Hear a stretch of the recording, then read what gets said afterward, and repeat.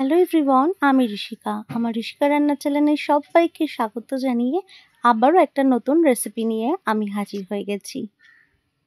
আপনারা লাউ দিয়ে অনেকেই অনেক রকম রেসিপি করে খান। আজ আমি আপনাদের সামনে ঘরে থাকা দুটো উপকরণ দিয়ে অসাধারণ একটা লাউয়ের ঘন্ট রেসিপি শেয়ার করব। বন্ধুরা, রেসিপিটা যদি আপনাদের ভালো লাগে অবশ্যই লাইক করবেন, কমেন্ট করে জানাবেন রেসিপিটি কেমন হয়েছে, শেয়ার করবেন আর চ্যানেলটিকে সাবস্ক্রাইব করে আমার পাশে থাকবেন। তো বন্ধুরা, আর কথা না বাড়িয়ে তাহলে এবার চটজলদি রেসিপিতে চলে আসি। এই দুর্দান্ত স্বাদের লাউ ঘন্ট রেসিপিটি আপনারা একবার বাড়িতে বানিয়ে দেখবেন, আশা করছি আপনাদেরও ভীষণ ভালো লাগবে। লাউয়ের ঘন্ট করার জন্য আমি এখানে কচি লাউটা নিয়ে নিয়েছি। চেষ্টা করবেন আপনারা কচি লাউ নিতে, কারণ কচি লাউয়ের লাউ ঘন্টটা খেতে খুব ভালো লাগে। তাই এখানে আমি আমার পরিমাণ মতো লাউটা আমি কেটে নিয়েছি। কুচি করে লাউয়েরটা এভাবে কেটে নিয়েছি আমি লাউটাকে। আপনারা আপনাদের পছন্দ মতো কেটে নেবেন। আর এখানে আমি একটা আলু এরকম লম্বা লম্বা করে কেটে নিয়েছি, যেরকম লাউ কেটেছিলাম সেরকমই আলু কেটে নিয়েছি। লাউটাকে ভালো করে ধুয়ে আমি জল ঝরিয়ে নিয়েছি। আর এখানে আমি একটা আলু এরকম লম্বা লম্বা করে কেটে নিয়েছি। কড়া বসিয়ে দিয়েছি, কড়াতে আমি সর্ষের তেল দিয়ে দিয়েছি। তেলটা গরম হয়ে গেছে। এবার আমি লাউয়ের ঘন্টতে দেব বলে আমি এখানে কিছু বড়ি নিয়ে নিয়েছি, সেটা ভেজে নেব ভালো করে।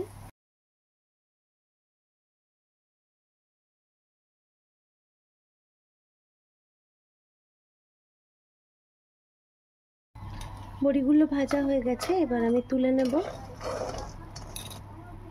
বড়িগুলো তুলে নিয়েছি।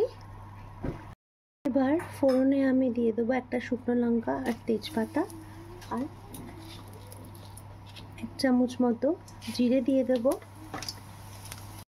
আর দিয়ে দেবো 8 চামচ মতো হিং। হিং আপনারা যদি খেতে পছন্দ করেন তাহলেই দেবেন, আর না হলে হিঙের গন্ধ অনেকেই পছন্দ করে না, না হলে আপনারা স্কিপ করে দেবেন এটা। সবগুলোকে ভালো করে একটু ভেজে নেব। এখানে আমি একটা মশলা করে নিয়েছি, জিরে, আদা, কাঁচা লঙ্কা, এটা দিয়ে দেবো তেলের উপরে।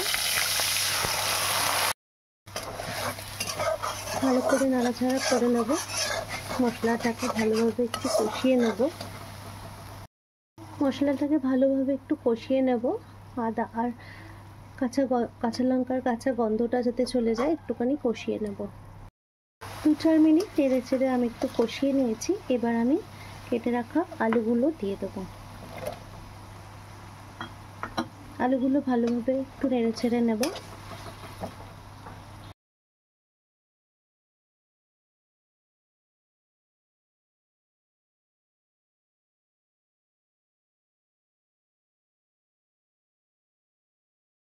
আলুগুলো নেড়ে ছেড়ে নেওয়ার পর এবার আমি কেটে রাখা লাউগুলো দিয়ে দেবো।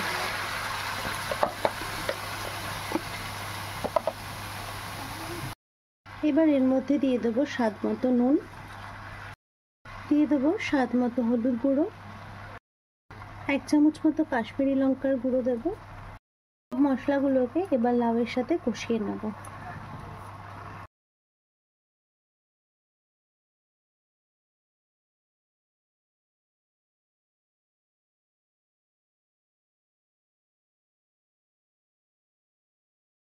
আমি এই লাউয়ের ঘন্টটা করার জন্য আগেই বলেছিলাম, ঘরে থাকা দুটো উপকরণ দিয়ে খুব সুন্দরভাবে লাউয়ের ঘন্ট করা যায় বাড়িতেই। তো সেই দুটো উপকরণের মধ্যে একটা উপকরণ যেটা আমি এখন দিচ্ছি, গোবিন্দভোগ চাল। আমি আগে থেকে ভিজিয়ে রেখেছিলাম 2 চামচ মতো গোবিন্দভোগ চাল, সেটা এবার এর মধ্যে দিয়ে দেবো।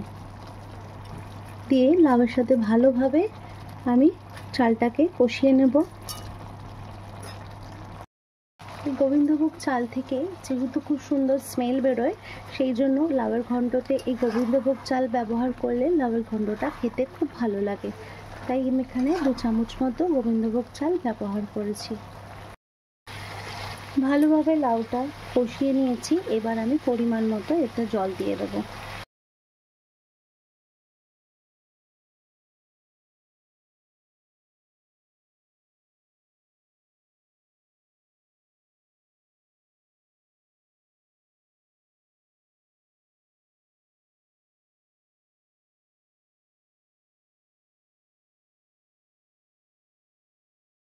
জলটা অনেকটাই শুকিয়ে এসছে।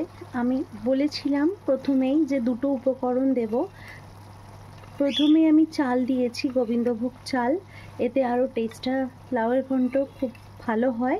আর দিয়ে দেবো আমি এখানে 2 চামচ মতো আটা গুলে নিয়েছি, এটা আমি দিয়ে দেবো এর ওপরে। আটাটা দেওয়ার কারণে লাউয়ের ঘন্টটা খেতে আরও বেশি ভালো লাগবে। শুকনো শুকনো লাউয়ের ঘন্টর টেস্টটা অনেকটাই ভালো লাগবে। আর এখানে আমি ভেজে রাখা বড়িগুলো দিয়ে দেব। দেখুন বন্ধুরা, আটাটা দেওয়ার কারণে একদম জলটা শুকিয়ে গেছে। লাউয়ের ঘন্টটা খেতে অসম্ভব স্বাদ হয়। আপনারা এভাবে একবার বাড়িতে বানিয়ে দেখবেন। এবার এদের মধ্যে আমি 2 চামচ মতো চিনি দিয়ে দেব।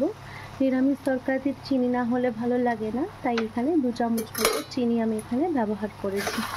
দিয়ে ভালো করে নাড়াচাড়া করে নেব। সব শেষে আমি সামান্য পরিমাণ একটু ঘি দিয়ে দেব, আর দিয়ে দেবো সামান্য পরিমাণে ধনেপাতা। লাউয়ের ঘন্ট এখন পরিবেশনের জন্য একদম রেডি হয়ে গেছে। বন্ধুরা, রেসিপিটা কেমন লেগেছে অবশ্যই কমেন্ট করে জানাবেন। ভালো লাগলে লাইক করবেন, চ্যানেলটিকে সাবস্ক্রাইব করে আমার পাশে থাকবেন। আজ আসি বন্ধুরা, আবার আসবো অন্য কোনো দিন অন্য কোনো রেসিপি নিয়ে। আজকের মতো ধন্যবাদ। আপনারা ভালো থাকবেন, সুস্থ থাকবেন এবং পরিবারের সকল সদস্যকে ভালো রাখবেন।